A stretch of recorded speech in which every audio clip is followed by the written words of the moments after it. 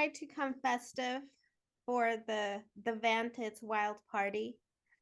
I see that. It was really fun to watch Vandits with a V, capital V. So, Stu, I'm more curious for you to tell me the whole backstory of how you became inspired to write this. I know it's some random wild midnight boredom. A little bit of that for sure. There was definitely a bingo hall that's like local to where we live that started running a 1 a.m. bingo game that you would have to check in at midnight and the game would go from 1 till 3 in the morning. It sounds insane. It is insane. One sleepless night, we decided to go and see what it was all about. And it felt like at first my motivation was like, there's nobody going to go to that game. Like that's the one you can win because there's only like 10 people playing. But like, even with only 10 people playing, like I never won, but I kept going and trying to win. And at some point, I gave up, but when you're sitting there that late, feel like a degenerate playing a bingo, trying to win like $50 or whatever they were giving away, you start coming up with ideas. And I was like looking around and I was like, it'd be so easy to rob this place. Like there's the security guard is sleeping. Like who's going to stop us? Like the bingo caller, he's not going to like, there's nobody here. So, that sort of began the process of coming up with this. And then there was another incident that took place. So we kind of combined them. But Adam and I were hanging out with a group of friends in Los Angeles. And one of our friends said he had to go and he left. And all of us had this weird premonition that he was going to die, which is, I know that's really crazy, but it's true. And all of us had it. Everyone was like, wait, you thought that? I thought that. And then we called him and was like, you got to come back. You forgot something. And we like brought him back and we like went to take him to eat something just to try to like change his course of his future. And he didn't end up dying, but like, it was just so ridiculous that we all thought of that. And so we took the idea of the premonitions and we took the idea of like, how can we use that? And it was like, oh yeah, what about this bingo thing? And put it together there. And then there's inspirations along the way as well. I would say that, the way that we sort of described this when we were pitching this movie was if you took Ocean's 11 and you put it in Fargo or Napoleon Dynamite, what would that look like? Like these people that think that they're pulling off this heist, they don't have a casino, they have a bingo hall. They've never actually pulled anything off. They have no special skills. Like, what would that look like? And then, combining it with elements from movies like Groundhog Day and, throwing that all in a blender. And that's sort of what came out. Vandits sort of came out on the other end of that. Were you inspired by people that you got to see? Yes, for sure. The guy that like was the guy who would sell us like the bingo cards at the 1 o'clock game. Like it was like free dabbers for first time players only. And so like you would have to pretend you were like wear a hat, like so that you could get a free dabber. Like he knew.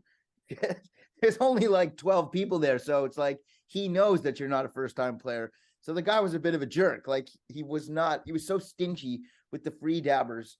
So there was that guy. The bingo caller was like constantly like trying to get his material in. It's like 1:45 in the morning. People just want to play. And he's like, trying to get material in and get his jokes in. There was that guy. And then of course the actual patrons, the people who are playing at 1 in the morning, which mostly consisted of a certain demographic. I would call them 70 and up. And, guy with the oxygen tank was there. People with the different like troll dolls and the different good luck charms, the guy that yells quack, quack when they say I-22. There's like a whole bingo vernacular vocabulary. There's a whole scene of people that are regular bingo players. The only thing that wasn't accurate in Vandits was that at a real bingo hall, these people are also chain smoking cigarettes the entire time, which obviously in 2023, shooting a movie, you can't do that anymore. But that's the only thing that we probably didn't put in that was from the bingo hall. Do they have alcohol? They do serve alcohol up until a certain point. So for the 1 a.m. game, you can't really get alcohol because like it's last call already. So you have people that have to make, and like I said, there was a lady that had a hookup with like the Snack Shack lady to get beers after, like that is real. That is real.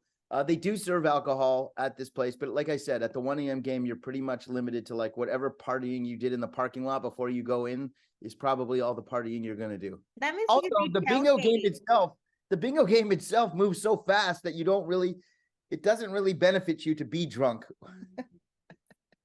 That's if you're trying to win. You know what? This is going to open curiosity because I'm curious. I've never played bingo and I never thought of it as being something you can do at midnight, which I could see the fun in it. I'll tell you the I'm embarrassed to say this, but like there was such a deep dive into this bingo society that I even went for I want to say it's 5 years ago, 6 years ago already. But on New Year's Eve, we went to a bingo game, like a New Year's Eve bingo. And at 12 o'clock, they like paused the game and there was like a band that came on and played like 3 songs. And then they went back to the game. I didn't win that night. I probably would never spend a New Year's Eve doing that again. But it definitely was the motivation and the catalyst that inspired us to do this movie about bingo. Like you have to know these quirky universes and really dive into them, to present these new worlds to audiences. Like you've never played bingo. So when watching our movie, there is so much accuracy to the bingo world that you don't even realize. But someone who plays bingo would watch the movie and be like, "Oh yeah, that's right. Yeah, that's how it is." Wait, so you mentioned a troll doll as good luck charm. So why did you have a bowling ball? Some people have different, there was a troll doll lady in our movie. There was a lady that like brought all her dolls. She was sitting at like one of the front tables. But yeah, grandma brought a bowling ball. That happened to be honestly something. I don't know if I necessarily saw a bowling ball on somebody's desk or on somebody's table, but people bring the weirdest stuff you can imagine as their good luck charms. If you're playing bingo to win $50 at 1 o'clock in the morning, you already are a certain type of guy or gal. And so add into the mix that there's like superstitions that might help you win that $50. People will bring anything if they think it's luck. The bowling ball happened to work out because in the plot, the bowling ball ends up coming into play at the end. So, there was nothing put in the movie by accident. Like the bowling ball is by design. But I'm so happy you noticed that, the bowling ball. We had so much fun making this movie. You have no idea. Like there was just I was ruining takes almost the entire time, just laughing, like ruining the takes because you could hear me laughing, especially with that bowling ball because Francesco, who plays Vini, he like has like a moment with the ball and he does like a whole thing. It was so funny. I don't know if it translates as one of those you had to be there kind of things, but boy, oh boy, was that funny. So can we talk about your cameo in the film? Bless you. Yes, thank you. At least I pushed the sneeze button. I will say that I couldn't resist. Finding a role to play and to play the elf was a pretty fun day. We were able to shoot that all in one day at that location.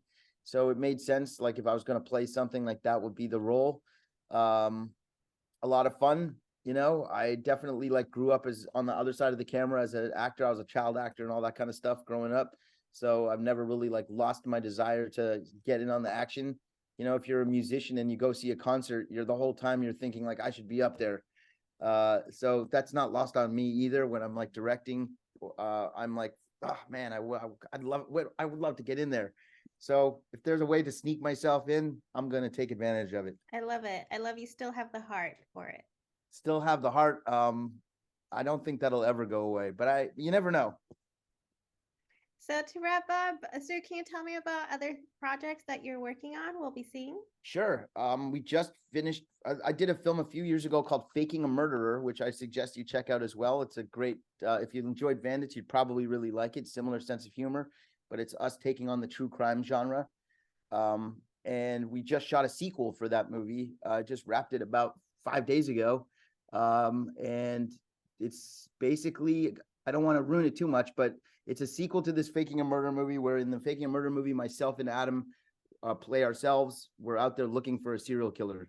And it's very similar to like the Vandits in the sense that we have no experience and we are not qualified whatsoever to like go on any sort of investigation. So it's a comedy of errors in a lot of ways. So in the sequel, we're looking for proof of the existence of ghosts. So we go ghost hunting and we go looking for ghosts and get into that whole paranormal world. And the results will likely shock you. Great. Well, looking forward to it for 2024. But for this year, 2023, you're closing with a bang with a Christmas movie. So that's great. Vandits, hopefully it brings some holiday cheer for everybody, especially these days when there's not a lot to cheer about in the world. It's nice to let's sort of unplug and unwind for 90 minutes, have a laugh, drink some eggnog, whatever you're into, and enjoy the movie. That's my holiday wish for everybody. Well, thank you for the holiday gift. Thank you for watching it. Of course. Thank you. And again, congratulations and happy holidays. Thank you. You too. Thank you. Bye-bye.